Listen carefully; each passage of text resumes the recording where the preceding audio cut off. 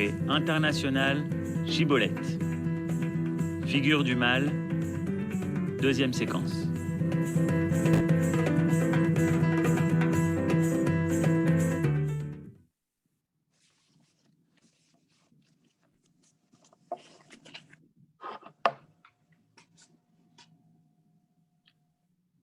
Bonne année à tous, bienvenue. Vous m'entendez là? Johan? Parfaitement. D'accord, mais je ne me vois pas. Bon, c'est pas grave. Euh, Bonjour à tous, bonne année, bonne santé. Bienvenue à cette 15e et cette 16e session du colloque Figure du mal. J'avais en ouverture du colloque, il y a maintenant quelques semaines, évoqué l'idée, la question en tout cas, de la mise en tabou, de l'éjection de la notion du mal, notamment après la guerre et après la Shoah, sous la dominance des sciences humaines et de leur idéologisation. Le champ de la psychanalyse qui est convoqué particulièrement ce soir n'y a pas échappé du tout. Et d'ailleurs, non seulement n'y a pas échappé, mais à propos de la Shoah, j'évoque ce congrès de 1979 qui était présidé par Janine Chazé-Smyrgel, qui s'est passé à Hambourg, le premier colloque de l'IPA qui s'est passé après la guerre en Allemagne. Et Janine Chazé-Smyrgel interpellait tous les psychanalystes à cette époque de ne pas avoir du tout, pratiquement, à part quelques psychanalystes, notamment américains, Niederland, Kristall, etc., et peu en France, d'avoir étudié, d'avoir travaillé tout ce qui touche à la Shoah, que ce soit les victimes, les bourreaux, les phénomènes collectifs et individuels. Donc, pour dire que le mouvement psychanalytique est embarrassé avec cette notion du mal. Est-ce que, et on se posera la question ce soir, est-ce que la théorie des pulsions, notamment avec la désintrication pulsionnelle, pulsion de vie, pulsion de mort, est-ce que le sadomasochisme, est-ce que l'introduction des pulsions de la destruction, de l'emprise, de la cruauté, est-ce que la désexualisation, la dérotisation plutôt de la libido au profit d'une jouissance narcissique toute puissante, est-ce que ces notions recouvrent au fond véritablement la question du mal? On en parlera tout à l'heure.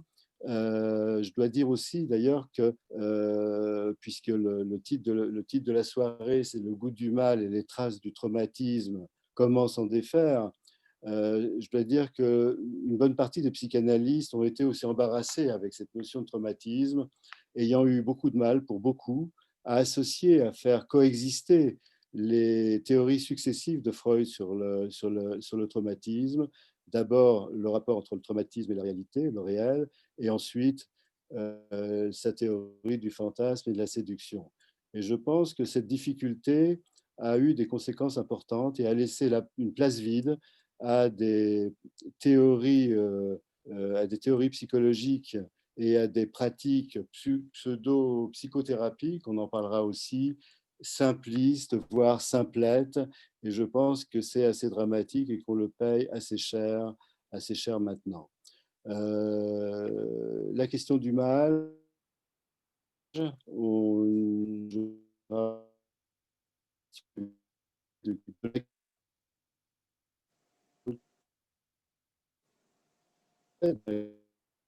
euh, de sublimation, de création, sur la transformation du mortifère et de la compulsion de répétition en force de vie.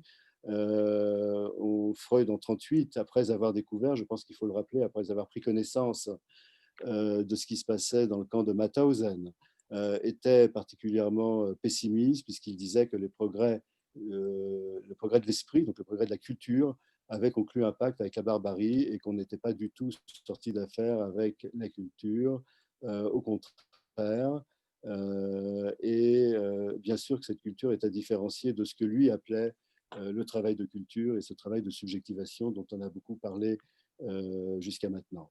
Alors pour ce soir, cette première session va être animée et discutée par Jean-Jacques Moscovitch, que On ne présente pas, mais comme d'habitude, je vais quand même le présenter, Jean-Jacques, psychanalyste, psychiatre, cofondateur de Chibolette, Actualité de Freud en 2008, vice-président, co-vice-président de Chibolette, président aussi de Psychanalyse actuelle et de Regard qui bat. Et donc, Jean-Jacques, je te laisse introduire la session et présenter nos amis Jean-Pierre Winter, Viviane Chetrit et Marcel Chetrit. Oui, bonsoir les amis, bonsoir, bonne année. Le goût du mal. Effectivement, il y a une histoire qui court dans le monde que le comité international Ashkenaz a décidé de considérer que l'année 2020 n'était pas si mauvaise que ça. Question de goût du mal, évidemment. Mais qui dit goût dit désir. C'est ça le point compliqué, ou dégoût, mais enfin dégoût c'est déjà bien autre chose. Bon, je vais aller vite. Désir, c'est-à-dire quelque chose du mouvement. C'est bien ce que Chibolette pourrait dire, représente, préconise, procède. Bon. Mais le non-désir, c'est la sidération, sidérer, la mauvaise étoile. Et je crois que c'est là où nous sommes dans cet enjeu, figure du mal, de travailler le mal arrive comment, quoi? Qu'est-ce qui se passe? Alors, Misha Volkovitch vient de citer le masochisme. Il se trouve que je sors d'un cours fait pour des élèves chinoises sur ça. C'est vrai qu'en ayant travaillé les textes de Freud, ce qui apparaît, c'est quand même que ça peut toucher à la problématique du mal, parce que quand on étudie la question du mal, on est obligé d'aller vers en tant que psychanalyste et probablement en tant qu'intellectuel, vers le commencement du psychisme, vers le commencement des choses, comment ça se fonde, n'est-ce pas? Et que le masochisme également, ce que dit Freud dans son fameux texte déjà présenté par Chauvet, par Evelyne Chauvet, le problème économique du masochisme, on va aussi vers le début des choses. Et Freud lui-même balbutie. Donc on est dans un enjeu franchement difficile, et c'est pas pour ça qu'on va reculer, au contraire. Voilà. Et dans deux auteurs, Jean-Pierre Winter, toujours récent ami et toujours aussi ancien, sur la question de père-fils, sur la question de le mal est dans l'homme depuis le début, citant la Bible, et aussi Viviane Chetrit, qui va nous Vatine, voilà, presque une amie d'enfance, qui va nous présenter son travail sur ce rapport entre pulsion sexuelle de mort, pulsion sexuelle de vie, affinée de plus en plus au fil des colloques, qu'elle tient vraiment dans son enjeu radical. Et c'est son enjeu. Voilà. Et je passe donc peut-être la parole pour présenter les auteurs à partir de leurs ouvrages. Évidemment, Jean-Pierre Winter avec son travail sur la fonction paternelle, sur l'homoparentalité et d'autres choses encore qu'on a travaillé ensemble depuis tellement de temps et qui restent toujours sur le même, on pourrait dire le même front. Comment tenir bon en tant qu'analyste face à la réalité du monde, et justement comment faire en sorte qu'on puisse lui apporter à ce monde quelque chose de neuf et d'interprétant, d'interpréter. Pour Viviane Chetrit, c'est vrai que l'enjeu de sa façon de travailler, de présenter ce soir un poème, un travail de Marianne Cohn, qui est une personne qui a donc été directement mêlée à la libération d'enfants et en même temps avoir été prise dans la région de Nice par la Gestapo une deuxième fois et ne pas pouvoir en échapper, avec son mari, bien sûr, Marcel, qui va peut-être nous dire quelque chose. Je crois que ce serait très chouette de ça, faire honneur à cette personne qui a tellement œuvré. Sur Nice, bien sûr, j'en sais quelque chose avec le réseau Marcel, justement, curieusement, c'est à peu près ton nom, mais enfin, réseau Marcel. C'est un prêtre qui, se rendant compte combien les enfants étaient en danger, a décidé, malgré son antisémitisme, de rentrer dans le combat. Il s'est passé des choses assez importantes et fortes sur Nice, puisque les Italiens permettaient quand même aux Juifs de s'y réunir, de s'y retrouver, de pouvoir se planquer. Et puis voilà que le chef de l'Italie, de Mussolini, Alois Brunner, est venu, et des gens de ma famille ont été déportés. Ça a été une des plus grandes rafles, sinon la plus grande rafle de la guerre. Voilà. Bon, je passe la parole à Jean-Pierre Winter, avec qui il y a une certaine communauté de vues, de parcours, puisqu'on s'est rencontrés dans la salle d'attente de chez Lacan. Jean-Pierre, si tu veux bien prendre la parole. Oui. Tu peux, là ou... Oui. Très bien. Pour l'instant, je vois que Jean-Jacques. Hein. Jean-Pierre, c'est à vous, on vous écoute. Oui, ok. Moi, je te vois pas en grand, hein. Jean-Pierre, je te vois. Pour l'instant, je ne suis pas à l'écran. Hein. Vous dire que je suis particulièrement ravi et touché de pouvoir parler en même temps à nos amis israéliens et vous remercier de cette invitation à causer ce soir. Alors, c'est un texte un peu écrit, mais bon, je sors d'un moment un peu difficile et improviser me serait très, très difficile. Contrairement à une idée largement répandue,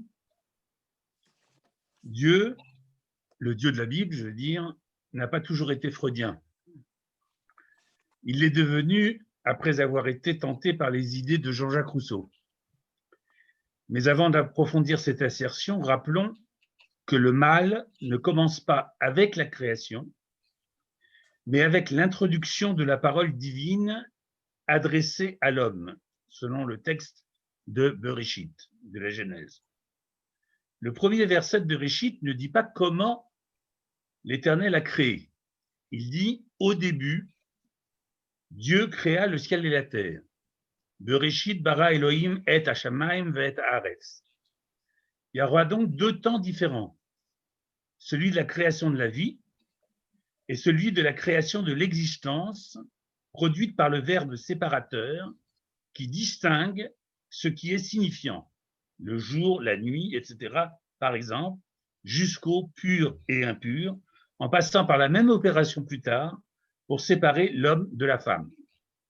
Ce n'est pas la même chose que ce que dit saint Jean quand il énonce « au début était le verbe ». J'insiste sur ce point, dans Bereshit, « au début » n'est pas le verbe. Au début, Dieu crée le ciel et la terre. Dans le début, l'anglais là viendrait à notre secours, « in the beginning », dans le début, donc, selon la Genèse, Dieu crée, dit et crée, faisant donc équivaloir créer et dire, un homme, entre guillemets, innocent, qu'il place dans un jardin des délices et qu'il soumet à l'interdit, donc à la tentation. Cet innocent y succombe.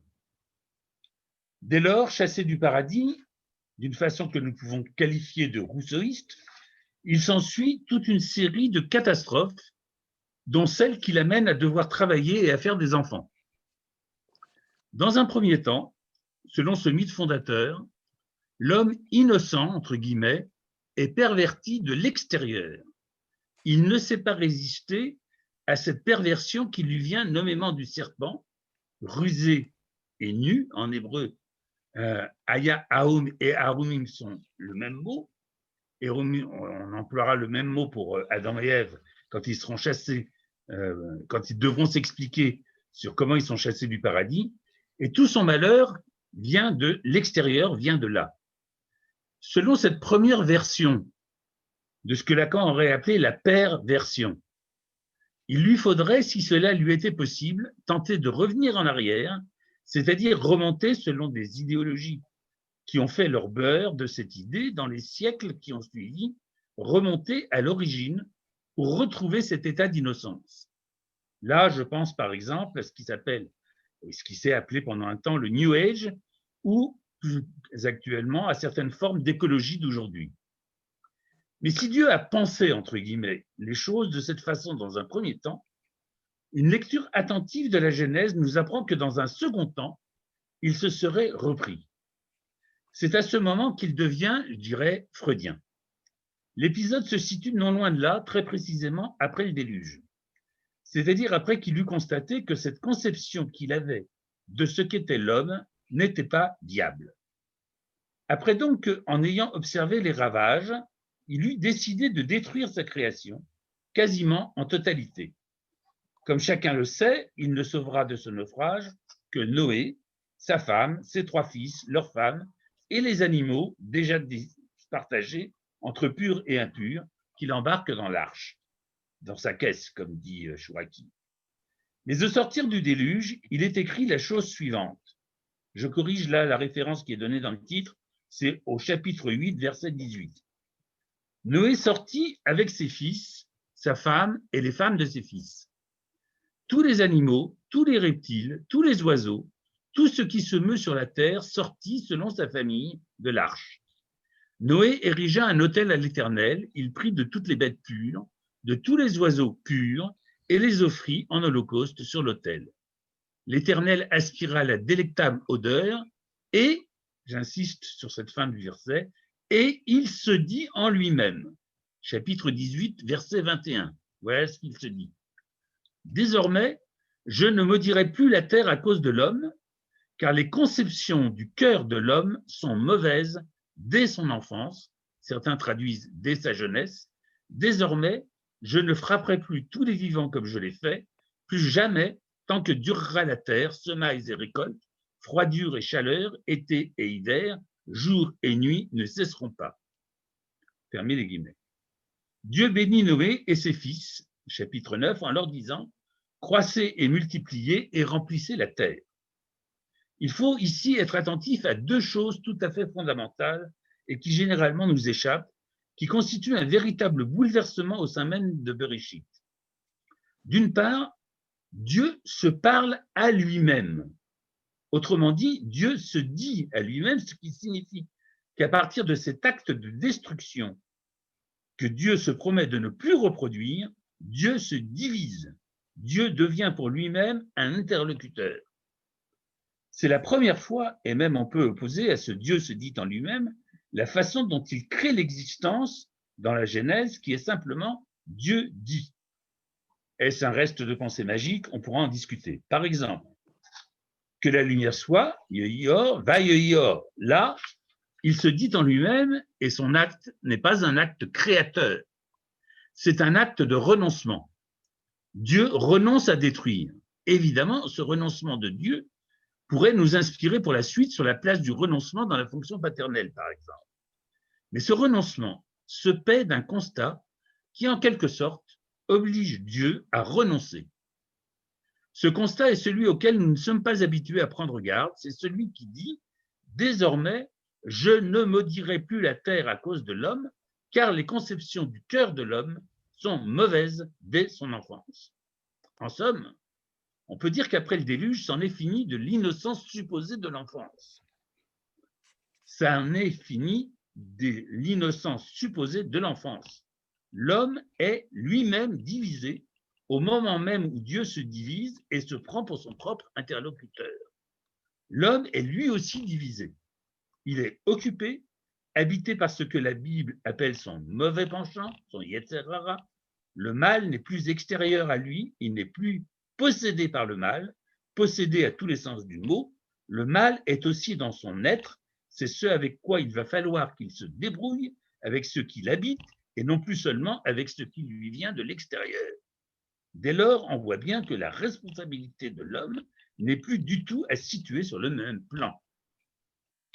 Nous nous sommes habitués à concevoir le texte biblique uniquement sous l'angle de la première version que je dis rousseauiste, oubliant totalement ce que Dieu s'est dit à lui-même à partir de la destruction, à partir du déluge. Alors évidemment, à partir de ce moment-là, il devient freudien parce que c'est exactement ce que Freud, avec un certain courage, va devoir affirmer à ses contemporains, à savoir que la sexualité, en tant que le mal en serait une métaphore, n'est pas ce qui vient à l'enfant de l'extérieur, mais bien ce qu'il habite dès son plus jeune âge, ce qu'il va appeler la perversion polymorphe de l'enfant.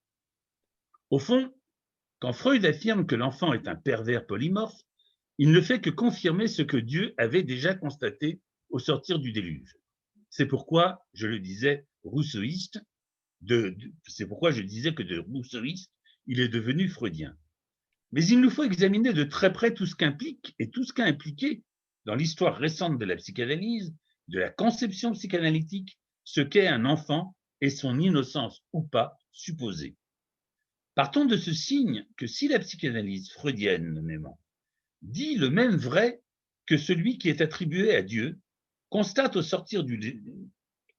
attribué à Dieu au sortir du déluge, il est bien naturel qu'elle suscite haine, mépris, malveillance, suspicion. Bref, ce que les psychanalystes appellent résistance, et qui trouve bien plus facilement de nos jours l'occasion de s'exprimer contre la psychanalyse que contre Dieu lui-même.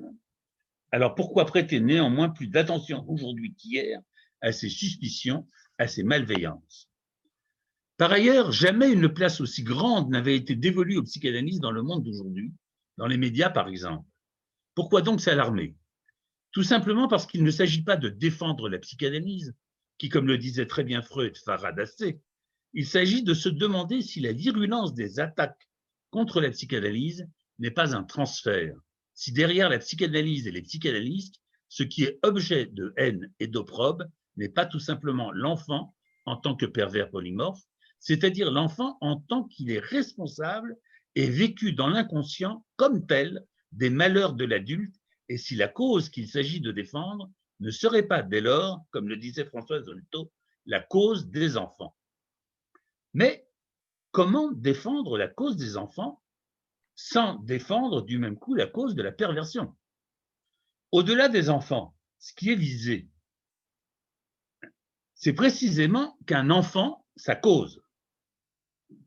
Les psychanalystes qui s'emploient à le laisser parler, au lieu de le faire taire, sont pour ces gens-là, comme disait Jacques Brel, dangereusement subversifs. Mais moins que Dieu, finalement. Car à certaines conditions, qui sont précisément celles que nous allons essayer de discuter, la psychanalyse, notamment d'enfants, n'a rien perdu, ni de son potentiel subversif, ni de ce qu'elle est encore aujourd'hui capable de nous enseigner sur ce qu'est un enfant et donc sur ce qu'est sa relation aux personnes tutélaires qui l'ont aidé dans la vie, qui l'ont porté de la vie à l'existence. Ce, quoi qu'en dise une critique aussi pertinente que véhémente et péremptoire, comme celle d'Alice Miller et celle de ceux qui se réclament d'elle jusque dans les associations analytiques. Ceci étant, il est tout à fait regrettable que ces thèses, celle d'Alice Miller, développées dans C'est pour ton bien, Enfants sous terreur, La connaissance interdite, ou plus récemment La souffrance muette de l'enfant, n'ait pas fait jusqu'à présent l'objet d'une véritable évaluation sérieuse dans les milieux psychanalytiques. Il ne s'agit pas de dire qu'il s'agit là d'une vieille rengaine sur l'abandon de la théorie du traumatisme par Freud, car s'il s'agit de cela, il s'agit aussi d'un questionnement fondé sur l'existence, sur l'expérience de ce qu'est devenu une pratique analytique qui, s'autorisant de Freud, voue la cure à n'être qu'une répétition de plus des traumatismes subis dans l'enfance avec l'analyste en position de complice silencieux, dédoublant via le transfert celui qui fut l'agent du traumatisme. De ce point de vue, ce qu'énonce Alice Miller me paraît tout à fait frappé au coin de l'expérience. Contrairement, constamment renvoyé à ses fantasmes, à sa sexualité dite infantile, à son narcissisme, le patient est souvent conduit à se persuader, et dans sa névrose, ne demande rien d'autre que d'acquérir la certitude que sa vie est un rêve, qu'il n'a fait que rêver ce qu'il raconte quand il ne l'a pas purement et simplement provoqué. Or, comme le disait Ferenczi, tous les récits de séduction ne peuvent pas être de pure fiction, à moins de considérer que les dires des pédophiles sur le divan ne sont eux aussi que des fantasmes. Il y a un moment où le fait de ne pas prendre en considération la réalité factuelle des événements allégués confine à ce que j'appellerais un révisionnisme psychanalytique. Dans la même veine, si tout n'est pas fantasme, tout n'est pas, contrairement au titre maladroit d'un petit ouvrage de Françoise Dolto, Tout est langage, et il ne suffit pas de brandir le drapeau des pulsions et des affects contre la bannière des signifiants pour se tenir quitte de cette dérive dangereuse. C'est le point qui reste vif dans nos débats. Jusqu'où pouvons-nous suivre Alice Miller dans son extrémisme? Jusqu'où, à l'opposé, pouvons-nous suivre Françoise Dolto dans certains de ses excès? Comme vous le savez, Freud n'a jamais dit que les traumatismes ou autres scènes de séduction n'étaient que pure invention.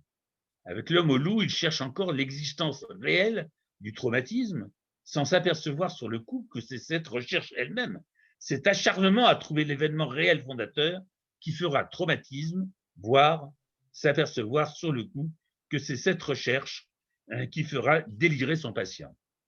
Mais il ne renonce pas au noyau de vérité historique que comportent tous les livres.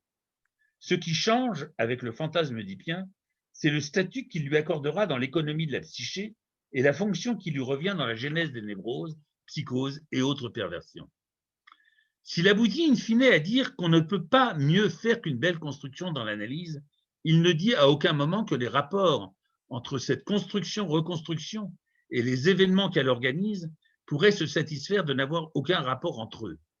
Il dit seulement de la construction, rien ne pourra jamais nous assurer qu'elle est adéquate à l'objet qu'elle recèle. Pourquoi?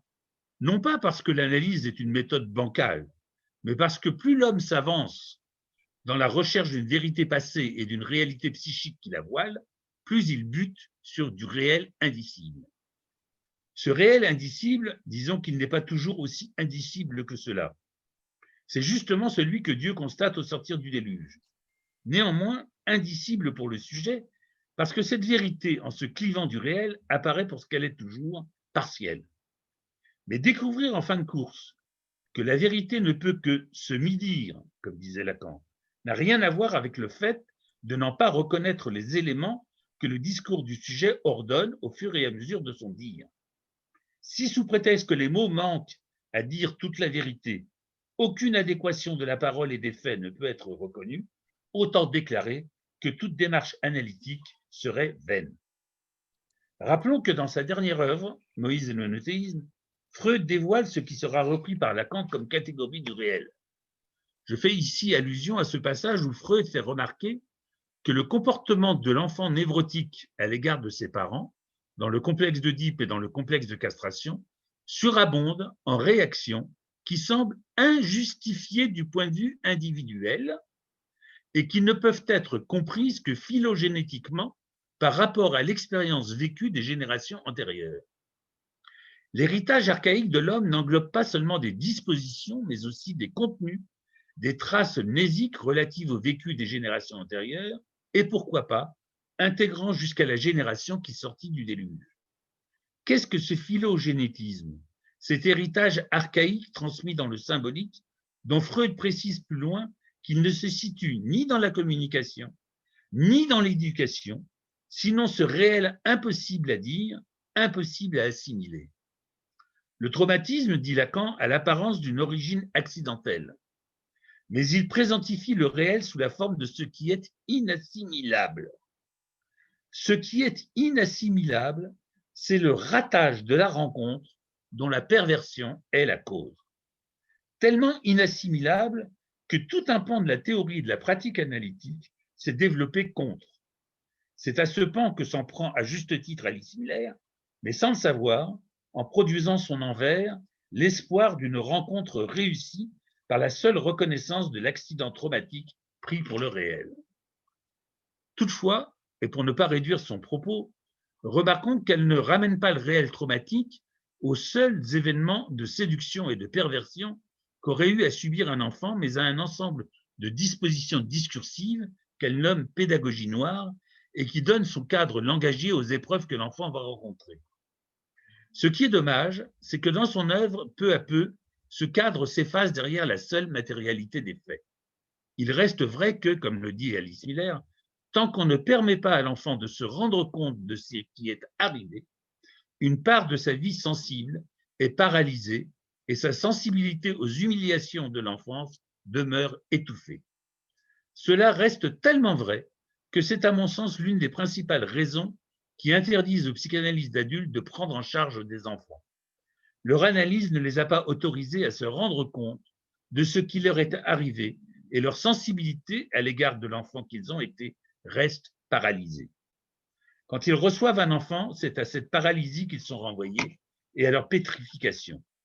De là, une certaine condescendance à l'égard de leurs collègues analystes d'enfants ou à l'égard de la psychanalyse d'enfants, c'est qu'ils ont peur de devenir fous et plutôt que de jouer avec un enfant, la trentaine ou la quarantaine advenue, ils se préfèrent normaux. Or, comme le disait Lacan dans le séminaire sur les psychoses, le sujet normal est essentiellement quelqu'un qui se met dans la position de ne pas prendre au sérieux la plus grande part de son discours intérieur. Il ajoute, c'est pourquoi l'aliéné, et je dirais ici l'enfant, incarne pour beaucoup, et sans même qu'ils se le disent, là où ça nous conduirait si on commençait à prendre les choses trop au sérieux. La cause de l'enfant, c'est l'enfant qui cause. Et quand il cause, c'est sérieux, car il ne néglige, lui, au départ, aucune part de son discours intérieur. C'est ça qu'on pourrait appeler perversion polymorphe. Il ne s'y emploiera que sous l'effet conjoint du réel, de la structure et des menaces que son entourage pétrifié fera peser sur lui. Car la haine et le déni de l'enfance et de l'enfant sont dans notre civilisation choses tenaces. Qui s'est avisé que le mythe sur lequel nous nous reposons pour ce qui est des origines humaines, le mythe en tant que discours qui s'opère de la structure, comme le dit Lacan en télévision, le mythe du Jardin d'Éden est un mythe qui résout à sa façon l'angoissante question de savoir qui, de la parole ou de l'œuf, fut premier. Pour ce mythe, le problème est résolu sans que cela pose trop de questions. Avant l'enfant, il y eut deux adultes qui ne furent jamais enfants eux-mêmes. Ce qui fait qu'Alice Miller, sans le savoir, se situe dans la droite ligne de ce premier moment de la tradition biblique, puisqu'elle suppose une innocence absolue de l'enfant au départ, position qui ne tient debout que si cet enfant a, dès les origines, rencontré un adulte pécheur et par là pervertissant. Si le premier enfant était innocent, d'où lui est venue la perversion qu'il exerça par la suite sur ses enfants? Si ce n'est pas le cas, et si l'adulte naît de l'enfant, il n'est plus possible de postuler son innocence a priori. Pour sortir de ce paradoxe, il faut se passer de ce terme d'innocent qui ne peut que renvoyer à coupable. L'enfant n'est ni innocent ni coupable de ce qui lui arrive. L'enfant n'est pas innocent, il est en mouvement pour trouver une issue à sa dépendance et à sa perversion antisociale. Il y a quelqu'un qui parle.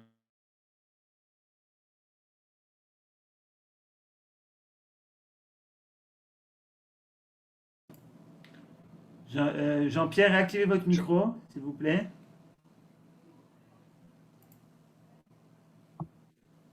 Innocent, il est en mouvement pour trouver une issue à sa dépendance et à sa perversion antisociale. Être dépendant et pervers ne fait de personne un innocent. Or, ce mouvement vers l'indépendance et l'invulnérabilité n'est pas un mouvement continu. Il rencontre des obstacles, et comme une rivière, son cours est rarement le plus simple. Au nombre de ces obstacles, après le refoulement originaire, au réel, il faut ajouter l'éducation. Comme le disait Kant, qui pourtant ne se priva pas d'écrire des horreurs sur le sujet, l'éducation, ouvrez les guillemets, l'éducation est le problème le plus grand et le plus ardu qui nous puisse être proposé. Fermez les guillemets. Les lumières, en effet, dépendent de l'éducation. Et à son tour, l'éducation dépend des lumières. Y a-t-il un système d'éducation qui puisse se fonder sur la théorie analytique? Est-ce seulement souhaitable quand on sait dans quelles aberrations éducatives cela a pu entraîner certains? Sans doute. Trouverons-nous le moyen de réfléchir à ces graves questions, non sans se rappeler, comme le dit Henri Atlan dans son livre « Tout, non, peut-être », qu'à vouloir changer l'homme par l'éducation, on finit par le tuer en lui apprenant à vivre. À vouloir changer l'homme par l'éducation, on finit par le tuer en lui apprenant à vivre. Et Atlan de rappeler à ce sujet les tristes expériences qu'ont été à ce titre les goulags, les massacres de Pol Pot, la révolution culturelle, etc. Et toujours Atlan de s'inquiéter de savoir si ce n'est pas tel ou tel écologisme qui prendra la relève.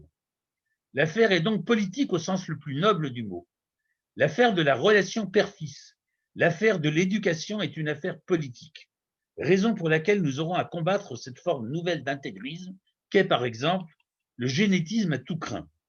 Car ce qui est terrifiant dans le génétisme, ce n'est pas qu'il affirme ce qu'il affirme, mais sa prétention à s'élever au niveau du critère de vérité, là où la psychanalyse, qui, comme le rappelait Freud, n'est pas une conception du monde, et se contente d'accepter les maigres certitudes empiriques forcément partielles qu'elle découvre dans la clinique.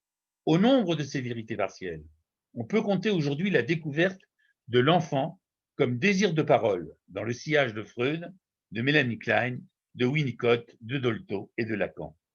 Cette découverte ne peut que nous faire reconsidérer le mythe dont je parlais tout à l'heure, puisqu'il élimine a priori l'enfant de ce registre.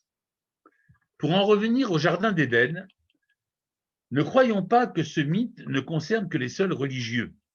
Il transcende notre société scientifique, puisqu'il est par exemple curieux que les archéologues n'aient jamais découvert autre chose que le premier homme ou récemment la première femme. Comme me le disait il y a quelques années un enfant de 4 ans qui s'était pris de passion pour l'époque préhistorique, dit « À l'époque des hommes préhistoriques, est-ce qu'il y avait des enfants préhistoriques ?» Reconsidérer le mythe qui nous traverse, c'est l'interpréter comme mythe du meurtre de l'enfant fondateur du malaise dans notre civilisation. Commencer à considérer qu'il y eut des enfants préhistoriques, ce serait un premier pas. Reste une grave énigme. D'où vient que l'enfant soit accessible dès la naissance, et même dès avant la naissance, à la dimension de transgression éthique qu'il rencontre en prenant place dans le monde?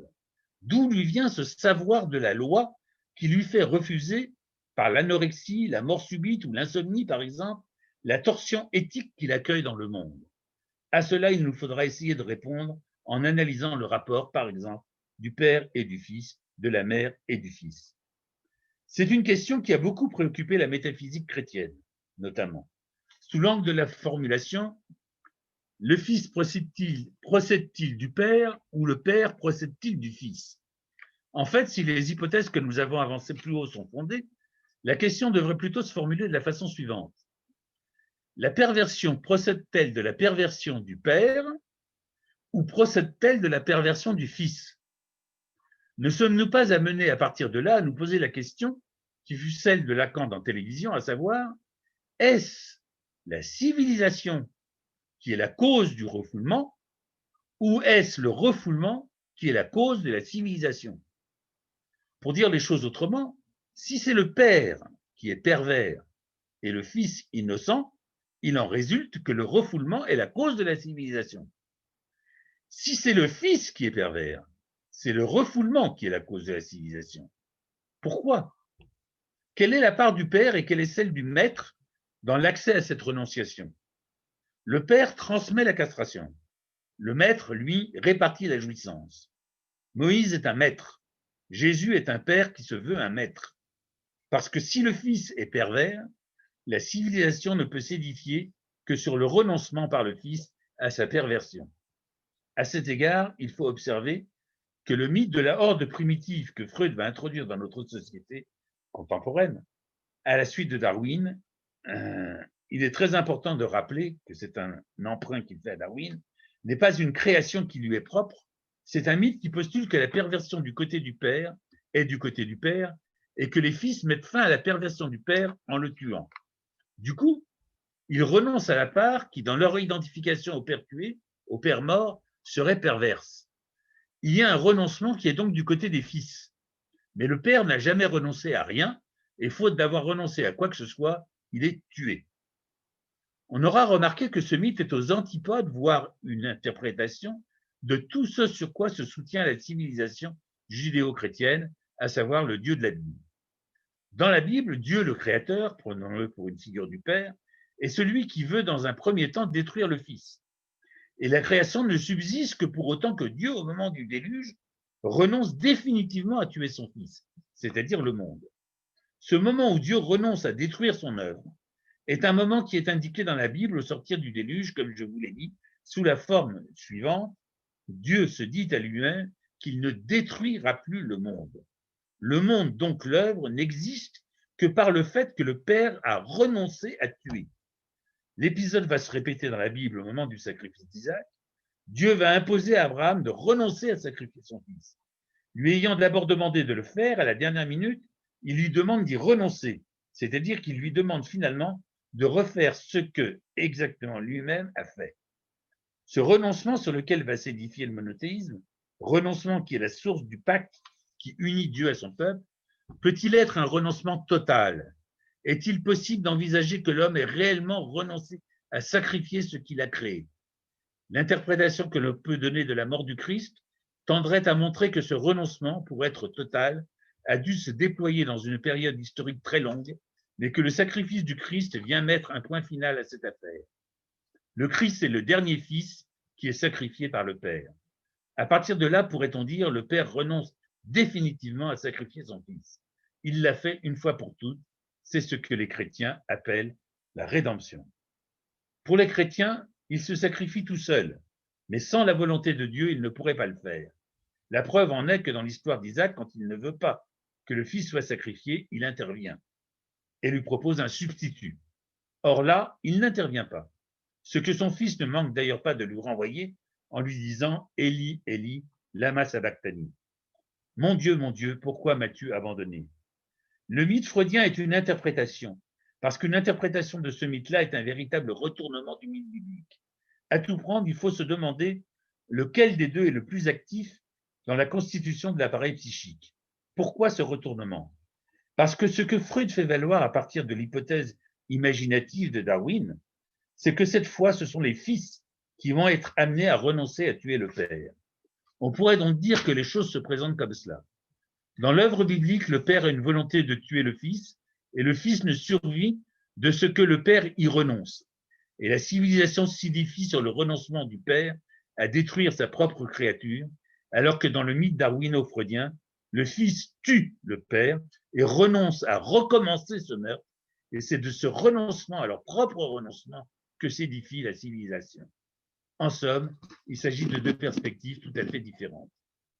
Dans un premier temps, et j'en ai presque fini, dans un premier temps, nous pourrions faire l'hypothèse que la version biblique est la version névrotique, celle qui pousse le sujet à penser que c'est son père qui veut sa mort, et que la perversion darwino-freudienne est celle qui permet de sortir de cette paranoïa anti-civilisatrice aliénante en s'appropriant le désir de meurtre qui jusque-là était dévolu au père.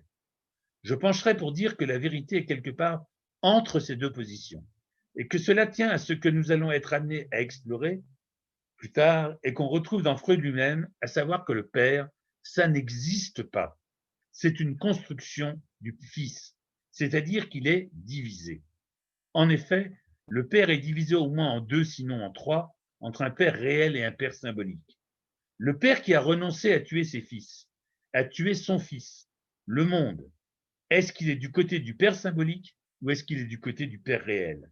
C'est la question à laquelle il nous faudra essayer de répondre à l'heure où les nations occidentales organisent légalement la disparition des pères. Voilà. Je vous remercie de m'avoir entendu jusque-là. Oui.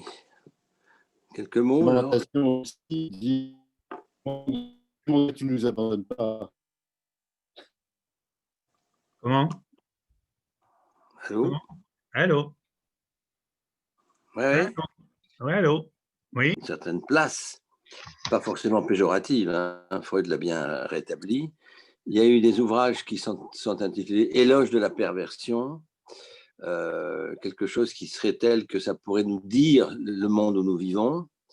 Bon, c'est comme si on avait besoin d'eux, mais enfin, c'est vrai que tu l'emploies beaucoup, ce mot. En même temps, la question de l'enfant, de souligner combien il n'y a pas de race enfant. C'est ça que je voudrais dire. Bon, tous les adultes. Comment? Tu peux préciser parce que je ne comprends pas ce que tu veux dire. La race enfant, c'est faire de l'enfant un être à part qui saurait plus que nous. Bon, on est tous, en tout cas par l'analyse, d'anciens enfants toujours actifs, toujours actuels. Donc, il n'y a pas spécialement de race enfant. C'est pas ce que tu dis, hein. C'est justement parce que l'essentialisme du monde où nous sommes, ton propos pourrait nous aider à vraiment à le combattre petit à petit. Parce que c'est ça où nous sommes, c'est ça le gros problème aujourd'hui, c'est que l'identité, l'identitaire. Je t'entends plus là. Non, Micha reprend. Il est parti. Il n'a pas d'internet. J'entends plus là. On a un problème de connexion, Jean-Jacques. Si vous m'entendez, si vous avez une question, c'est le moment d'ouvrir votre micro, une question courte, et on reprend. Micha, tu m'entends? Oui.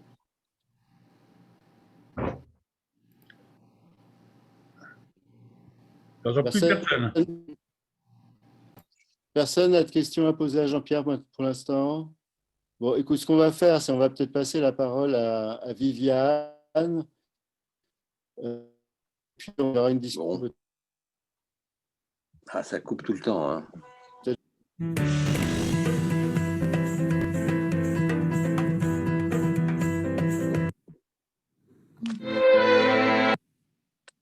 On entend de la musique, c'est tout ce qu'on entend.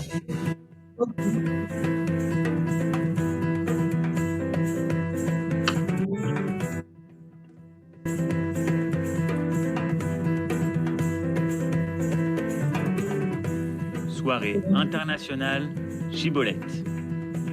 Figure du mal, deuxième séquence.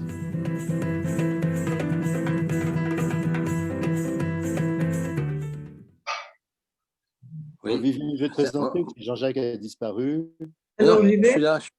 Bon, bah, Allô. présente. Allô. Jean-Jacques, présente Viviane et Marcel. Oui. Vas-y. Voilà, excusez-moi, ma machine s'est arrêtée. Bon, voilà. Et Jean-Pierre, j'aurais voulu lui dire, j'espère que je vais lui dire, sinon aujourd'hui, une autre jour. Bon, des pulsions sexuelles de mort aux pulsions sexuelles de vie, et entre guillemets, je trahirai, point de suspension, demain.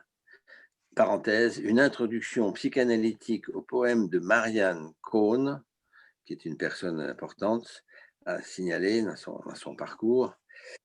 Écho pictural de Marcel Chétrit. Voilà, Viviane, je te passe la parole, oui. Okay. Alors, bonsoir tout le monde. Je ne sais pas si on me voit, non? On vous voit bien. Oui, ça y est? Oui, très bien. Très bien. OK. Donc, bonsoir tout le monde. Comme tout le monde, je dis aussi bonne année. Une meilleure année à nous tous.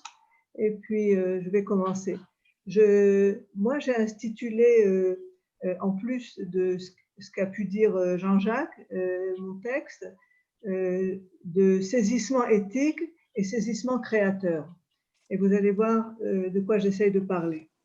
Je vais présenter les choses de cette manière-là. Je vais d'abord introduire, donc, d'une façon un peu psychanalytique, comme je la comprends, le travail de Marcel sur le poème de Marianne Cohn. Et puis ensuite, je reviendrai encore à quelques constatations ou quelques hypothèses par rapport à Marianne elle-même. Et puis ensuite, s'il y a une discussion, Marcel prendra aussi la parole. Et entre-temps, vous pourrez voir aussi le poème de Marianne Cohn tel qu'il est illustré par Marcel. Ok, alors je commence. Walter Benjamin écrivait « Les biens culturels ne sont pas nés du seul effort des grands génies qui les créent, mais en même temps de l'anonyme corvée imposée aux contemporains de ces génies. Il n'est aucun document de culture qui ne soit aussi document de barbarie. Barbarie, discrimination, torture, humiliation systématique, c'est là l'œuvre du pulsionnel sexuel de mort. Sexuel, oui, justement, atrocement sexuel. Quant à moi, je pense que c'est la planche qui a redonné toute sa force de violence et de jouissance combinée à ce qu'il a dénommé la soi-disant pulsion de mort. Il a insisté sur le fait que l'opposition pulsion de vie, pulsion de mort trouve sa place uniquement et totalement dans le domaine de l'être humain au sein même de la psychosexualité. En 1920, dans Au-delà du principe de plaisir, Freud tentait de faire jouer deux forces biologiques, de mort et de vie. Il parlait de contraintes de répétition, fait propre à l'ensemble de la vie instinctuelle. Eros, ici, n'avait plus rien à voir avec la sexualité freudienne des 3 essais sur la sexualité, à propos pervers polymorphes. Freud y parle en 1920 d'une destructivité chimiquement pure. Je questionne, est-il correct de penser que la destruction par l'homme est pure action biologique, instinctive? Est-il possible pour un humain et simplement de détruire? Ne s'agit-il pas plutôt de déni, de dénégation, de désaveu et souvent d'une déconnexion d'avec ce que cette destructivité donne à ressentir, éprouvé nécessairement de l'ordre de l'excès, éventuellement neutralisé ou pire, éprouvé excitant et jouissif, comme a su le montrer Michal Gouvrine lors de son intervention en octobre, alors qu'elle insista sur cette pure culture de pulsion de mort. Dans Malaise dans la culture, 9 ans plus tard, en 1929, Freud reprend l'adage ancien « Homo homini lupus », l'homme est un loup pour l'homme. Or, comme l'écrit Laplanche dans son livre « Séduction et inspiration, l'homme », dans un chapitre intitulé « Responsabilité et réponse », l'homme, un loup pour l'homme, rien n'est moins certain, car rien ne démontre une telle cruauté, une destructivité féroce, surtout jouissive, du loup pour sa proie. Et comme y a insisté Colette Schillan, les bêtes sauvages sont de fait plutôt moins sauvages que l'homme. Elles ne tuent pas en général les bêtes de leurs espèces. Elles tuent pour se nourrir ou pour continuer leurs espèces, et pas pour le plaisir de chasser. Elles ne font pas la guerre, elles ne réduisent pas en esclavage, elles ne torturent pas, elles ne massacrent pas. C'est l'être humain qui a la palme de la sauvagerie. Elle écrit ça dans son livre « Sois sage ô ma douleur », essai sur la condition humaine. Alors, comment le mal et pourquoi le mal? Pourquoi la nécessité de cette injonction « tu ne tueras pas » sinon parce que l'humain est le lieu d'un pulsionnel sexuel de mort, de destruction, un pulsionnel fait de jouissance qui n'a rien à voir avec l'instinct.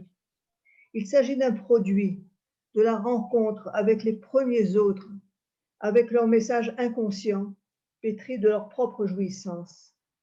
Ce pulsionnel est là, au fond de chacun de nous, masochisme et sadisme et autres manifestations humaines dont nous avons la responsabilité de prendre conscience, chacun, chacune à sa manière, pulsionnel résidant bien en chacun de nous. La pulsion sexuelle de mort n'est ni biologique, ni instinctuelle. Elle est liée au fantasme sexuel qui habite notre inconscient et dont chaque nuit témoignent nos rêves. La question a été posée d'entrée de ces soirées par Micha. Comment comprendre la transgression de ce « tu ne tueras pas » ? Qu'est-ce qui rend possible de faire le mal et pire, d'être le mal? La planche de questionner. La grande interrogation, c'est de se demander comment ces résidus non liés qui forment notre inconscient, de l'ordre donc de la déliaison, passent à la désarticulation des corps torturés. Evelyne Chauvet et Michel Granec ont suggéré que c'était là l'œuvre du narcissisme de mort combiné éventuellement à la pulsion d'emprise. De plus, il a été avancé que ce narcissisme de mort recouvrait une mélancolie sous-jacente combattue par un fanatisme exaltant. Fanatisme, fascisme, fascination, autrement dit encore et encore, jouissance associée. C'est ainsi qu'on ne peut parler, à mon sens, quant à la violence humaine, que de pulsions sexuelles. Ces pulsions sexuelles de mort en latence chez chacun de nous, la planche les a nommées sexuales. Ce qui va m'intéresser ce soir, ce qui m'intéresse depuis de longues années, c'est ce qui peut permettre une transformation du pulsionnel sexuel de mort en pulsionnel sexuel de vie. C'est ce qui peut permettre un décrochage des incorporations empoisonnées, des internalisations de messages intromis, corps étrangers, épines dans la psyché, et la mise à découvert de cette part d'infini résidant en tout sujet humain, et ce, dès sa conception. Ainsi, j'ai proposé de réfléchir à un sexual de vie. De fait, pour introduire le narcissisme en 1914, Freud admettait qu'à côté de la sexualité anarchique dite non liée, il en existait une autre, liée et articulée à l'amour de l'autre. Certes, c'est écrit, Freud le conçut avant la Première Guerre mondiale. Cependant, et en dépit des guerres, combien encore et encore réitéré dans nos régions, combien rendant encore et encore la morale dérisoire dans les termes de Lévinas, on pourra, aspirant à la paix, envisager un sexuel de mort transformable en sexuel de vie, soit une nouvelle façon de concevoir la sublimation. Si la pulsion sexuelle de mort correspond au caractère indomptable et anarchique du sexuel, la pulsion sexuelle de vie correspond aux aspects liés du sexuel, liés à l'objet, liés à l'autre. On pourra ainsi parler de modes variés de sublimation. Ce mouvement de sublimation se situerait entre deux pôles, le symptôme et l'inspiration. Avec le symptôme, certes, il y a désexualisation partielle des buts, avec éventuellement symbolisation partielle, mais erratique. À une tendance à la liaison et à la symbolisation peut se juxtaposer une organisation psychique où le sexuel fait retour sous ses formes les plus crues. Ainsi, lorsqu'on a affaire à une liaison à tout crin, on se retrouve à nouveau dans le registre des pulsions sexuelles de mort. Un autre mode de liaison, mode que l'on trouve chez tout sujet suffisamment en bonne santé, serait constitué par ses facultés de connexion symbolique. Cela sera d'autant possible que les adultes en charge au départ de la vie et pendant l'enfance du sujet auront aussi fonctionné comme facilitateurs de liaison à partir d'une position de responsabilité affectée et asymétrique pour l'autre, autrement dit, en tant que l'éthical aura été aussi au rendez-vous. Je vais y revenir. Enfin, avec l'inspiration, et alors que Michel Demuzan préfère le terme saisissement créateur au terme inspiration, de l'ordre de la recherche comme de la création proprement dite, on se trouve en prise avec un phénomène le plus souvent vécu par le sujet comme venant d'ailleurs. On parlera d'un vecteur venant de l'autre. L'inspiration se conjugue en autre. Et c'est là, pour moi, que Laplanche et Lévinas ont pu se rejoindre et que parfois, saisissement créateur peut se combiner avec ce que j'ai nommé saisissement éthique. Je propose aujourd'hui que le saisissement éthique, combiné au saisissement créateur, donne lieu, au cours du processus analytique, à ces moments féconds que j'ai qualifiés dans la foulée de Eliane Amado Levi-Valency de moments subjectaux. Ce sont des moments lors desquels subjectivation et transcendantalité se combinent et donnent lieu à une appropriation du sujet en analyse par lui-même. Il faudra pour cela un analyste vacillant, un analyste pris en otage, saisi éthiquement et alors susceptible d'une intervention créatrice et dès lors transformatrice, en tout cas menant à un certain changement. Je parlais plus haut du rôle facilitateur de liaison des adultes en charge de l'enfant, leur aide à la sublimation. Je rappellerai maintenant mon hypothèse d'une inscription dans l'informe, ou mieux, dans la zone d'infinité de la psyché, du nouveau-né et ensuite de l'enfant, des traces résultant des messages énigmes éthiques proférés à l'enfant suite au saisissement éthique suscité chez les adultes en charge, père ou mère, lors de la rencontre violente et réitérée avec sa dépendance et la grandeur de son existence. Or, c'est ce dont, à mon sens, témoigne avec force, vous allez le voir, le poème de Marianne Cohn. J'en viens donc au travail de Marcel Chétry, un écho visuel au poème de Marianne Cohn intitulé « Je trahirai demain ». Juste quelques mots sur Marianne et on pourra y revenir.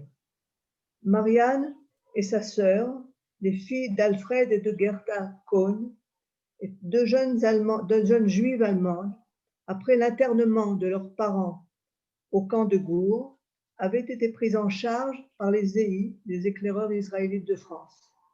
Quelques années plus tard, Marianne s'engagea dans leur réseau de résistance. Âgée de 22 ans, elle est arrêtée à Nice en 1943 et incarcérée par la Gestapo.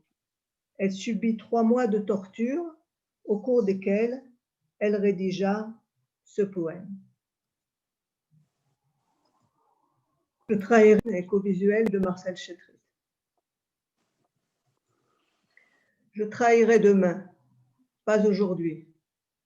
Aujourd'hui, arrachez-moi les ongles. Je ne trahirai pas. Vous ne savez pas le bout de mon courage. Moi, je sais. Vous êtes 5 mains dures avec des bagues. Vous avez aux pieds des chaussures avec des clous. Je trahirai demain, pas aujourd'hui, demain. Il me faut la nuit pour me résoudre. Il ne faut pas moins d'une nuit. Pour renier, pour abjurer, pour trahir, pour renier mes amis, pour abjurer le pain et le vin, pour trahir la vie, pour mourir. Je trahirai demain, pas aujourd'hui. La lime est sous le carreau. La lime n'est pas pour le barreau. La lime n'est pas pour le bourreau. La lime est pour mon poignet. Aujourd'hui, je n'ai rien à dire. Je trahirai demain.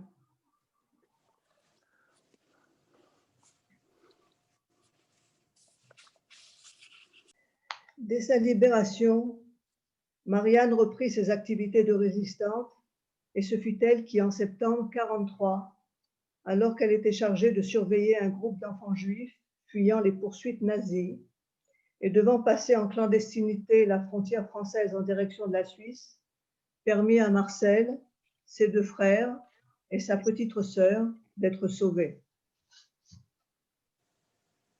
Alors, un peu de retour à la réflexion pour respirer. Si le sexuel de mort nous prend par derrière, comme chez le Sartre de la nausée, ce sexuel de mort ayant été transformé en sexuel de vie, il nous prend par devant à partir du visage de l'autre. Il est ce qui vient nous surprendre. Notre humanité ne se résume pas à une pulsionalité sexuelle de mort. Elle possède une capacité réitérée de transformation d'un sexuel de mort en sexuel de vie. Ma question et mon admiration seront: qu'est-ce qui a permis à Marianne Cohn, sous la torture, poursuivie encore et encore, de trouver la force de créer et à travers cette création de transmettre? Qu'est-ce qui lui a permis de conserver cette capacité de transformer la violence à laquelle elle était soumise en un poème, certes violent lui-même, mais tout à la fois œuvre de sublimation incontestable, saisissement créateur, évidemment combiné et de façon très serrée à un saisissement éthique. Je me permettrai d'émettre l'hypothèse suivante. Il aura fallu que cet enfant que fut Marianne, cette jeune femme qu'elle était, douée certainement d'une grande sensibilité, unie à une force de base constitutionnelle, trouve sur son chemin un sujet éthique, saisi, sans le pouvoir de se dérober, sujet ouvert au trauma de la rencontre avec qui elle était, sujet aimant et disponible à cet enfant qu'elle fut sans doute ses parents, ainsi identifiée par eux comme sujet à part entière, et s'étant de plus sans doute elle-même identifiée à une mère, femme douée elle-même de passion éthique, elle fut renforcée dans cette direction par son appartenance aux EI et aux valeurs qu'ils incarnaient, et elle put trouver, au cœur de l'horreur, la force de créer. Elle put ainsi écrire sa rage face à ses bourreaux, en même temps qu'elle affirmait sa droiture et son engagement, aux amis, au pain, au vin et à la vie. Elle agissait ainsi en sujet entièrement responsable de ses enfants qu'elle avait pris sur elle de sauver. Libérée cette fois-là, elle reviendra à la tâche, accompagnant d'autres groupes d'enfants à qui elle aura offert la vie, au risque assumé jusqu'au bout de sa propre vie. Grâce à elle et à d'autres justes, comme Roman Birghi et Mila Racine, de laquelle elle a pris succession et avec qui elle agira, de nombreux groupes d'enfants ont pu ainsi être sauvés. Mila Racine fut arrêtée en octobre 1943. Marianne sera arrêtée à son tour le 31 mai 1944 et sera sauvagement assassinée par la Gestapo le 8 juillet 1944. Merci.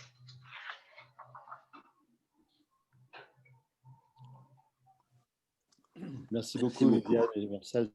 C'est très émouvant, très émouvant.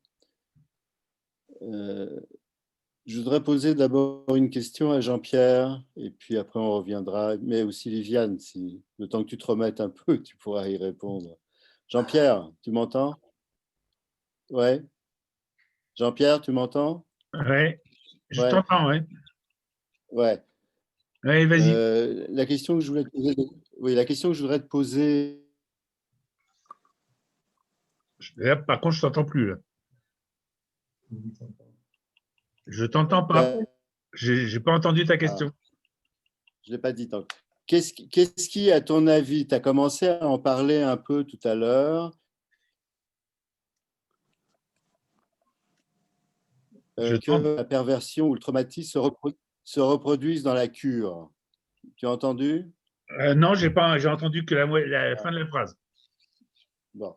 Je disais que tu as commencé à en parler un peu tout à l'heure. Ouais. Qu'est-ce qui, à ton avis, peut participer dans la cure? C'est dingue, on n'entend rien. On n'entend pas. On n'entend pas. Qui, à ton avis, tu as commencé à en parler un peu tout à l'heure, peut participer, participe du risque de la reproduction du trauma ou de la perversion dans la cure analytique de par la disposition de l'analyste à ce moment-là? Oh, il y aurait beaucoup de choses à dire, mais ça m'a été enseigné essentiellement par la pratique de la supervision et du contrôle. Ouais. Ce que j'ai pu constater, c'est que, oui, observer en tout cas, c'est que si à aucun moment dans la cure, l'analyste ne s'engage en reconnaissant que ce qui est raconté, pas forcément d'emblée, mais que ce qui est raconté ne relève pas seulement du fantasme, alors il y a un risque que le patient préfère imaginer qu'il a inventé, ne serait-ce que pour des raisons transférentielles, qu'il a inventé ce qu'il raconte et qui est traumatique, plutôt que de reconnaître que ça lui est réellement arrivé. Il y a, je pense qu'un des moyens d'éviter ça, quand c'est possible, c'est qu'à un moment donné, on puisse être dans la position de pouvoir confirmer qu'on a bien entendu qu'il s'est passé réellement quelque chose. Qu'après, la question, c'est de savoir ce qu'on en a fait, ce que le patient en a fait, et ce que c'est devenu dans la cure. Mais il n'est pas possible que l'analyste maintienne un silence total sur la réalité factuelle des faits. Parce que, encore une fois, ça reconduit le traumatisme et ça le fige dans la cure elle-même, ce qui fait que quelquefois, c'est pire d'avoir été en analyse que de ne pas y avoir été. Ça fait d'ailleurs partie des grandes critiques qui sont adressées, quelquefois évidemment de façon militante et à tort, à la psychanalyse, mais ça fait partie des grandes critiques qui sont adressées aux psychanalystes sous une forme qui est parfaitement discutable, mais qu'il faut entendre, qui est que les psychanalystes ne tiennent pas compte des traumas réels, alors qu'il n'y a rien dans Freud qui interdit, évidemment, en même temps que de s'appuyer sur la théorie du fantasme, de reconnaître l'existence de faits réels survenus dans l'histoire du sujet. Est-ce que je réponds à ta question? Oui, oui, tout à fait. C'est-à-dire soit l'analyse se met en miroir du patient, soit au contraire dans le déni par son Oui, en tout cas, incarnation son dans silence, en tout cas, son silence risque d'être entendu comme comme la preuve qu'il s'agit d'un simple délire ou d'un simple fantasme. une hallucination négative. Voilà. Et donc, il importe qu'à un moment donné, il ne s'agit pas de répéter ça à l'envi et surtout de ne pas s'arrêter là. Mais à un moment donné, il peut être important, voire quelquefois urgent, de dire, ben oui, votre père a été un salopard, par exemple. On n'est pas obligé de le dire comme ça, hein, mais quand c'est vrai, pourquoi pas. Bon, je voudrais dire quelques mots à Viviane et qu'elle prenne la parole si c'est possible, parce que je trouve que ce qu'elle avance, enfin, ce poème me touche beaucoup parce que je trahirai demain, ça pourrait être je serai dans le mal demain, je ferai le mal demain, je repousse le mal, je le repousse jusqu'à ce qu'il puisse ne plus être possible. Et ça renvoie à ce qui s'est passé des premières soirées où il y avait effectivement Cyril qui a lancé une formidable balle de travail et où j'ai rétorqué cette phrase qui me reste maintenant, c'est-à-dire que le mal, puisqu'on est quand même dans un colloque sur le mal, c'est la mort subite de la loi.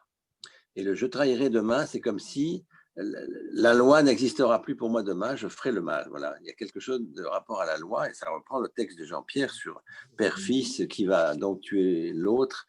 Et c'est un enjeu formidable qu'il faudrait retravailler, comme je te disais Jean-Pierre, et je vais passer la parole à Viviane. C'est-à-dire, nous sommes dans un monde où l'essentialisme gagne du terrain à chaque minute, où l'identitaire aussi, et les enjeux de structure, où nous sommes, nous, analystes, et en particulier Versen, sur la question même de l'histoire juive, la problématique juive dans le monde, peut nous mettre, non pas à l'abri, mais au moins de questionner autrement cet essentialisme, cet identitarisme, le blanc, etc., hétéro, pire que tout, cette sorte d'identité figée, statifiée, qui fait que les autres se permettent de ne plus avoir d'identité, et donc le grand flou. Je crois qu'il y a un enjeu politique dans ce thème du figure du mal qu'il faut relever à chaque fois. Et pour Viviane, c'est vrai que la question que tu poses depuis pas mal de temps sur la question de ce rapport de la transformation entre pulsion de vie, pulsion de mort, il y a une transformation décrite par Freud qui est ce qu'il appelle, lui, le domptage, que Eros va dompter les pulsions de mort, mais à tel point qu'il va capter tout des pulsions de mort, et donc toute l'énergie sera du côté d'Eros, et ça sera aussi dangereux que si c'était les pulsions de mort elles-mêmes. Donc ça, c'est dans le masochisme qui dit ça, et c'est sur l'économie du masochisme. Et je trouve ça formidablement important qu'on puisse le préciser pour nous, non seulement pour la pratique du trauma, de comprendre le trauma, bien sûr qu'il y a des enjeux libidinaux dans le trauma, c'est pas simplement la vérité de ce qui s'est passé, mais également comment c'est investi comme vérité ou comme pas comme vérité, c'est-à-dire comme c'est investi libidinalement, hein, de la jouissance même de tromper, au fond, de se tromper sur l'histoire du trauma qu'on a subi. Mais je trouve que ce que tu avances sur pulsion de vie, pulsion de mort mérite d'être travaillé parce que c'est comme un fondu enchaîné, j'arrête là, entre les deux. L'un devient l'autre, l'autre devient l'un, sans arrêt. C'est ce que Freud a voulu dire par ces deux pulsions. Il n'y en a pas une d'un côté, une de l'autre. Alors j'aimerais bien que tu précises cette transformation possible sans tomber, je dirais, dans la formule du genre il faut ça, il ne faudrait pas ça. Comment ça se transforme vraiment dans la cure? Comment on peut le faire? Jean-Jacques, voilà. Avant que Viviane réponde, elle pourra répondre, je crois, à plusieurs interventions en même temps. Michel Granec et Jean-Pierre voudraient intervenir et Viviane répondra à l'ensemble des remarques. En ce qui concerne l'intervention de Jean-Pierre, que j'ai beaucoup appréciée, je pense quand même, je vais dire un petit bémol quand même, parce que je crois qu'il faut éviter de tomber dans une dichotomie entre le fantasme et la réalité. Je crois que la question n'est pas ou l'un ou l'autre, parce que souvent une réalité recouvre un fantasme ou réciproquement. Et je crois que dans la cure, ce qui est très important, c'est de savoir jongler justement avec les deux entités sans tomber dans la moitié de la dichotomie. Et en ce qui concerne l'intervention de Viviane, que j'ai beaucoup appréciée, je me suis souvenu de deux choses. D'abord, Freud dit quand même, un moment qu'il est possible que rien de plus ou moins significatif ne se produise dans l'organisme sans fournir sa composante à l'excitation de la pulsion sexuelle. Autrement dit, il y a déjà chez Freud l'idée que la pulsion de mort peut très très bien être recouverte ou intriquée, bien entendu, avec la pulsion de vie. Et que, enfin, c'est pas, là de nouveau, il n'y a pas une dichotomie, et je crois que tout son travail sur le masochisme montre bien l'intrication des deux choses. Mais ce que je voulais surtout dire, c'est à propos de Marianne Cohen. Marianne Cohen, on peut penser qu'elle était, à sa première incarcération, elle devait avoir certaines questions sur comment elle allait s'en sortir, si elle allait s'en sortir. Et ça me fait penser tu as cité tout à l'heure de Musan, à tout le travail qu'il a fait sur le travail du trépas. Alors évidemment, le travail du trépas chez de Musan, ça concerne des gens qui sont en général au seuil de la mort à cause d'une maladie comme le cancer ou quelque chose comme ça. On peut facilement supposer que Marianne était aussi au seuil de la mort. Et de Musan parle justement au seuil de la mort, dans ce travail du trépas, d'un étrange, paradoxal et puissant élan pulsionnel. C'est-à-dire, c'est des gens ils séparent les gens qui ne veulent pas mourir et ceux qui font le travail du trépas, qui veulent continuer à vivre psychiquement. C'est-à-dire, ils vont peut-être mourir physiquement, mais psychiquement, ils continuent à vivre.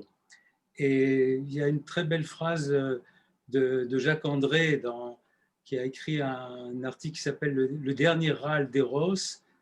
Il parle de ces gens justement qui sont au seuil de la mort et il dit si près de la mort, si loin de la pulsion de mort. C'est tout. Ok, je peux parler? Je ne sais pas, je pensais que j'allais parler. Oui, je peux dire quelque chose? Vas-y, Jean-Pierre. J'aimerais bien parler aussi un petit peu. Vas-y. Alors, à qui la parole? Je peux parler? Jean-Pierre, vas-y. Jean-Pierre, vas-y. En deux mots, juste en deux mots. Michel, évidemment, je suis entièrement d'accord. Est-ce que il n'y a pas cette opposition aussi radicale qu'elle a pu apparaître dans ce que j'ai dit? Je voulais juste faire remarquer que s'il n'y a pas une prise en compte de la réalité, alors le tout devient fantasmatique. Il n'y a plus du tout de place justement pour ce qui n'est pas le fantasme. Et donc, c'est une simple nuance à apporter. J'ajoute une chose, c'est que la question du masochisme est une chose qui concerne effectivement le mal, mais dans Freud, la question importante, c'est aussi celle de la haine originaire, c'est-à-dire celle du sadisme originaire, la haine originaire comme première permettant la séparation. Et de cela, il faudrait aussi qu'on puisse parler de la nécessité pour se séparer, selon Freud dans son texte, de la nécessité d'en passer par la haine séparatrice. Viviane, je vous laisse. Ok, alors d'accord. Alors d'abord, avec le premier point de Jean-Pierre, je suis tout à fait d'accord sur la question de donner l'aval quand il s'est passé des choses, faire savoir qu'on sait, en tant qu'analyste, et on reconnaît qu'il s'est passé des choses, et que c'est important, ça n'enlève pas, à mon avis, la place du fantasme. Et là, il faut donner la place aussi à la réalité et au fantasme, et pas avoir à dire ou ça, et se dire si c'est tout fantasme ou toute réalité. C'est toujours et fantasme et réalité. Il y a dans tout fantasme un élément de réalité. Alors ça, c'est un des points, comme ça, je suis tout à fait d'accord avec ça. Maintenant, le deuxième point, à propos de ce que tu disais, Michel, et de ce que rappelait Freud par rapport à ce qui se passe en situation d'excès, il a parlé effectivement de la coexcitation libidinale, et que dans toute situation d'excès, il y a des tendances à la sexualisation. Maintenant, ça ne veut pas dire pour autant à la vie. Hein. Quand on parle en termes de coexcitation, ça peut être à la vie et ça peut être à la mort. Alors, en ce sens-là, on peut aussi comprendre que dans toutes sortes de situations d'excès, du bien comme du mal, alors quand il s'agit du mal, on est dans une situation de jouissance mortifère. Quand on est dans une situation du bien, on est dans une érotisation potentielle, concrète, ouvrant à la vie. Je pense qu'il ne faut pas confondre les deux. Ce n'est pas parce que c'est coexcitation libidinale que c'est pour autant de l'ordre de l'éros. Ça peut être aussi de l'ordre de la pulsion sexuelle de mort. Ce qui a été dit aussi, ce que tu as rappelé, je crois, Jean-Pierre, ou peut-être je pense, c'est l'idée, par exemple, le fait que quand il y a trop de liaisons, effectivement, on se retrouve en situation de pulsion sexuelle de mort. C'est-à-dire, l'outre liaison, dès qu'on est dans l'excès, on risque de tomber à côté. Alors ça aussi, je suis tout à fait d'accord. Maintenant, ce que disait à l'instant Michel par rapport à de Musan, c'est vrai.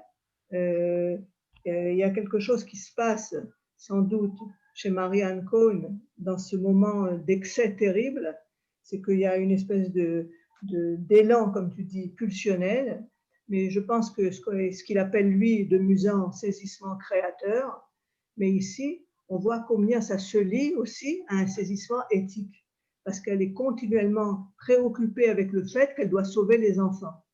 Alors, le je trahirai demain, c'est peut-être, comment dire, elle est en contact avec sa violence, avec sa rage, je pense que c'est de ça qu'il s'agit, et le demain, il a quelque chose de cynique à la limite, quoi. Elle se tient avec ça, et ça veut dire aussi qu'elle sait effectivement toute la négativité qu'elle a en elle aussi, certainement, mais en même temps, demain, c'est pas maintenant. Et demain, elle trahira, mais pas aujourd'hui. Il y a vraiment une espèce de mouvement, une tension très, très, très forte comme ça. Et je vois ça comme ça. Il y a une reconnaissance de quelque chose de très violent. D'ailleurs, c'est un poème très violent en vérité. Et en même temps, elle est accrochée à la vie et elle est accrochée à une position éthique. Alors, encore une fois, entre la loi et l'éthique, je pense qu'il faut aussi essayer de donner la part à l'éthique par rapport à la loi. C'est-à-dire, moi, à propos, Jean-Pierre, tu as parlé de Moïse et le monothéisme, tu as parlé de ce qui s'est passé, comment dire, l'utilisation de la fable phylogénétique de Freud avec la horde darwiniste, etc. Et moi, j'ai proposé ce qui n'est pas super freudien, parce que Freud, dans Moïse et le monothéisme, se bagarre avec Atkinson, qui est un historien, et qui dit, Atkinson lui dit, mais comment comprenez-vous le fait qu'à un moment donné, ça s'est arrêté?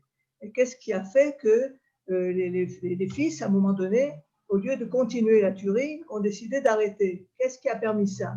Et Atkinson dit, certainement qu'il y a eu une intervention maternelle. Le fils aîné est aimé par la mère a dit, stop, Atkan. Et moi, j'ai parlé de l'introduction d'un tiers matriciel qui n'a pas été pris. Et alors, Freud, qu'est-ce qu'il dit à Atkinson? Ou qu'est-ce qu'il nous dit et qu'est-ce qu'il écrit? Il écrit, mais Atkinson ne savait pas ce que c'était la psychanalyse. Autrement dit, il n'avait pas fait sa part à la question de la culpabilité. Mais je pense qu'il y a quand même ici quelque chose que Freud amène et que ça vaut le coup de prendre en considération. Et c'est encore une fois ce que j'ai introduit en idée de tiers matriciel.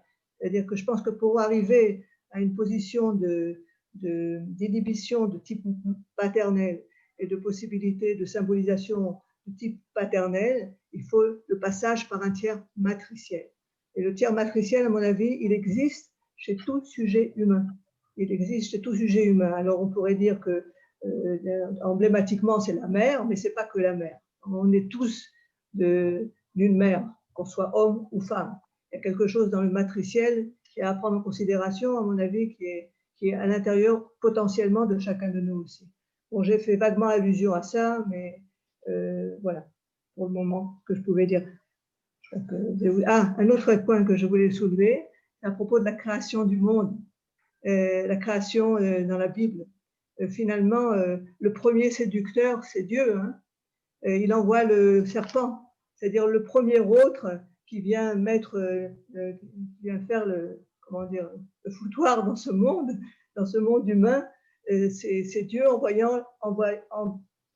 quand il envoie le serpent, qui est évidemment une partie de Dieu, disons.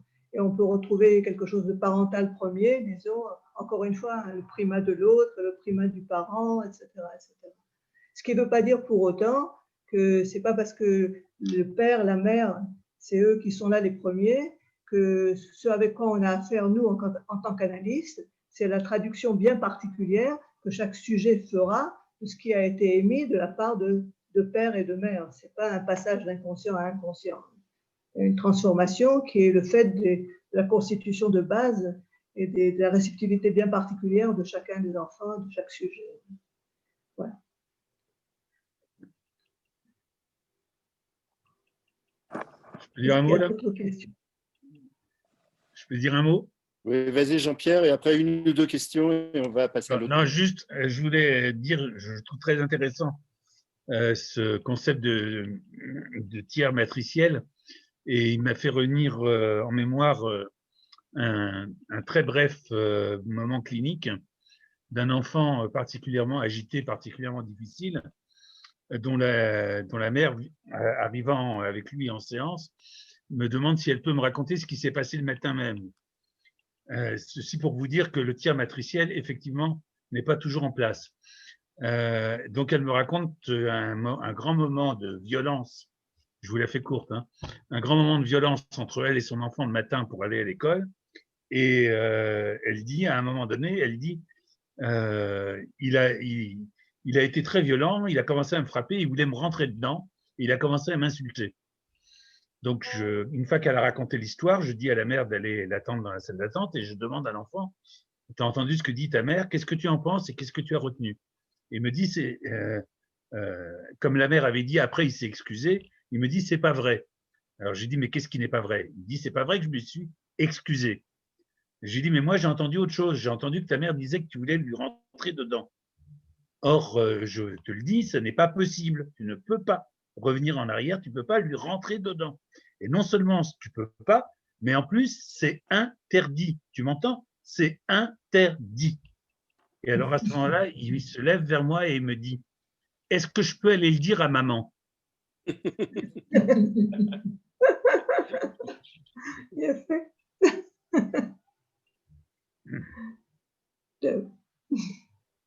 Est-ce qu'il y a une ou deux remarques dans le public ou questions?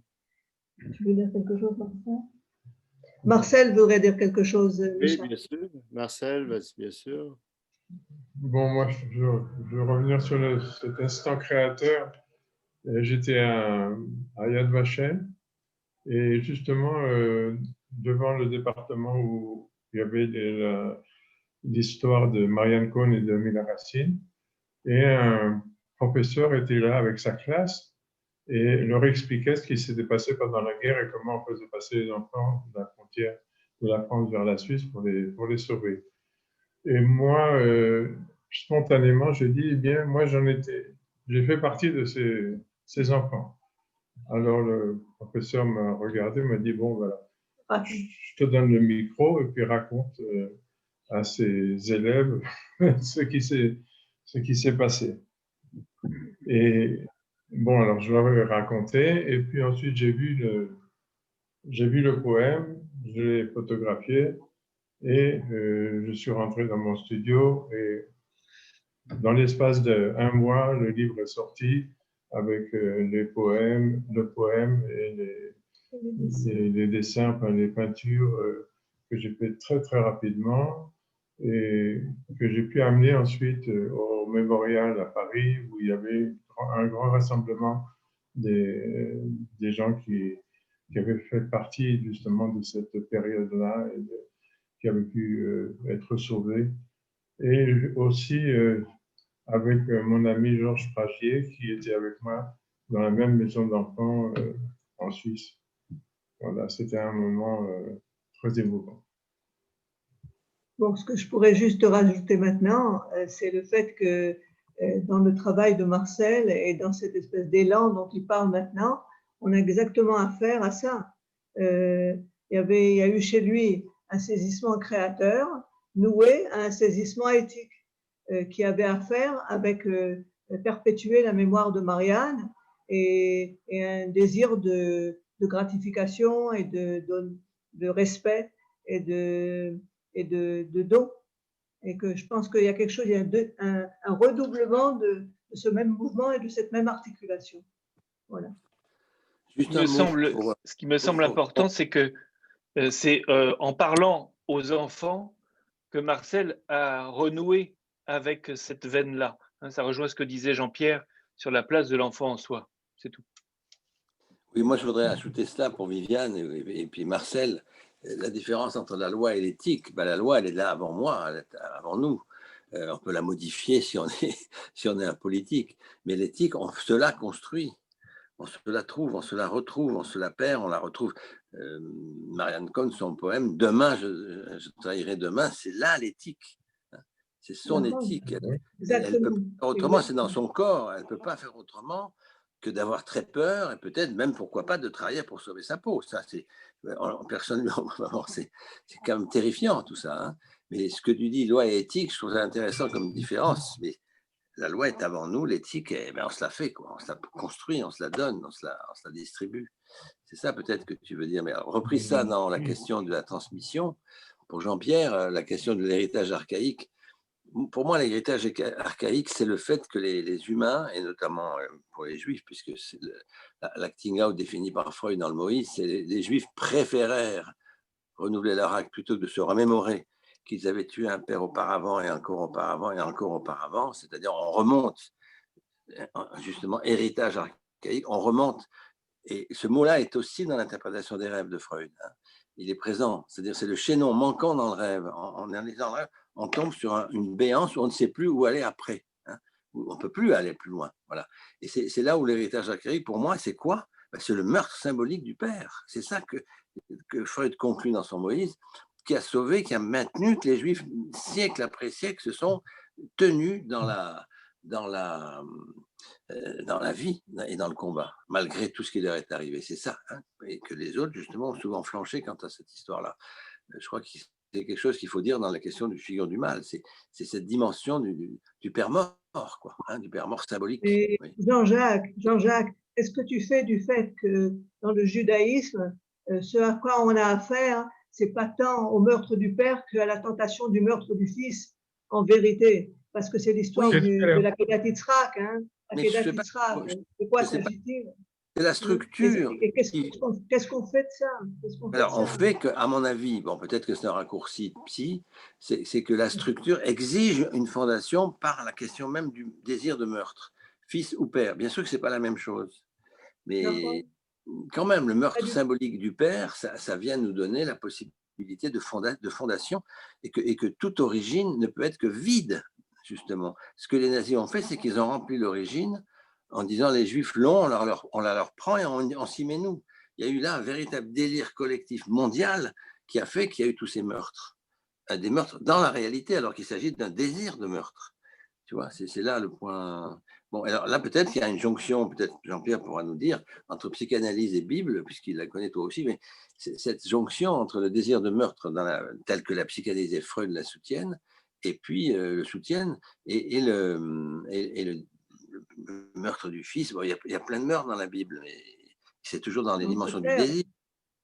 C'est quand même un des points. Il y a des meurtres des frères, etc. Ça commence par là-bas. L'homme est chané. Mais Freud lui-même dit dans Moïse et le monothéisme, il dit que et à propos de la culpabilité, il dit que les chrétiens, ils ont trouvé une bonne solution. C'est qu'ils ont mis Jésus en place de tout ça et eux, ils sont tranquilles avec leur culpabilité, alors que les Juifs, c'est pas ce qu'ils ont fait, alors ils se traînent de la culpabilité infiniment. Oui, il va même plus loin, Freud. Hein. Il dit que ce qui caractérise le peuple juif, c'est qu'il ne reconnaît pas, il n'assimile pas, il n'intègre pas le meurtre du père. Hein. Il va beaucoup plus loin. Hein. Sa particularité, c'est qu'à la différence justement de ce qui va se passer avec le christianisme, le peuple juif se distingue de ne pas reconnaître ce meurtre initial qu'il assimile au meurtre de Moïse. Hein, c'est-à-dire ils préféraient renouveler leur acte. Ils préféraient renouveler leur acte plutôt que de se remémorer. Voilà, donc ils ne se remémorent pas la chose. Alors que par le sacrifice de Jésus, qui vient à cette place-là, comme d'ailleurs dans le sacrifice d'Isaac, l'agneau venait à la place d'Isaac, d'où le fait que Jésus est assimilé à l'agneau, et que l'agneau est assimilé au Père, ils ont résolu le problème, d'une certaine manière.